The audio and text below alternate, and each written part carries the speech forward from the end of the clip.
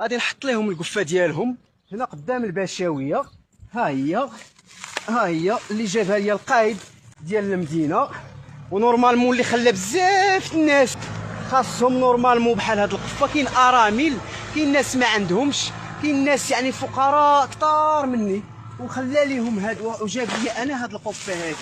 هاد القفه هادي دونك انتم كتشوفوا الدقيق، السكر، اتاي، الشعريه، العدس، مطيشه والسكر. اون فيت هادي دابا قفه ديال مواطن مغربي كتعاون بها الدوله، قال لك كتعاون الدوله المواطنين المغاربه وداك الشيء. دونك فوالا هذه هي القفه ديالهم. ها هي مواطن مغربي غادي يرجع لهم القفه ديالهم وبالشوها وبطلاطل وباش ما بغاو الى اخره. دونك انا ما تضحكوش عليا، انا بغيت حقي في الشغل، ما بغيتش قفه ديال رمضان، ما بغيتش الدقيق والزيت واتاي وهذا الشيء ما بغيتوش، وراه غير نعمه الله.